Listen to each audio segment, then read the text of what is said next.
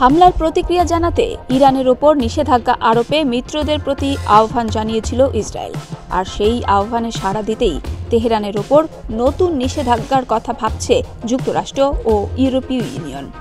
বুধবার এক প্রতিবেদনে এই তথ্য দিয়েছে ব্রিটিশ সংবাদ মাধ্যম বিবিসি।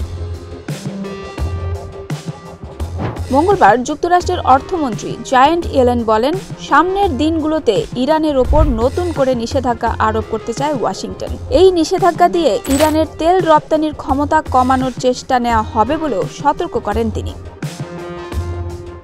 ইয়েলেন বলেন, যুক্তরাষ্ট্র নিষেধাজ্ঞার বিষয়ে আগে থেকে কিছু বলে না, তবে ইরানের সন্ত্রাসী অর্থায়ন অব্যাহত করার সমস্ত বিকল্পই তাদের টেবিলে রয়েছে।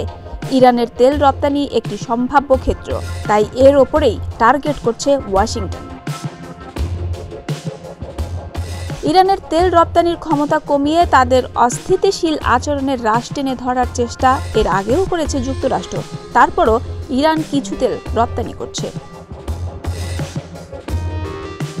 যুক্তরাষ্ট্র এর মধ্যেই আর্থিক নিষেধাজ্ঞাগুলোকে ব্যবহার করছে ইরান যাতে বিচ্ছিন্ন হয়ে পড়ে, প্রক্সি গ্রুপগুলোকে অর্থায়ন করতে না পারে এবং ইউক্রেনে রাশিয়ার যুদ্ধে সমর্থন সহায়তা দিতে না পারে। সেজন্য যুক্তরাষ্ট্র অর্থনৈতিক নিষেধাজ্ঞাকে কাজে লাগাচ্ছে।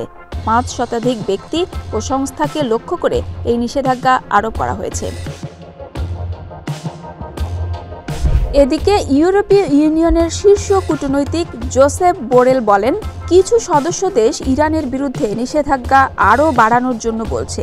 নিষেধাজ্ঞা সম্পর্কিত প্রয়োজনীয় কাজ শুরু করার জন্য ইইউ এর কূটনৈতিক পরিষেবার কাছে অনুরোধ পাঠানো হবে।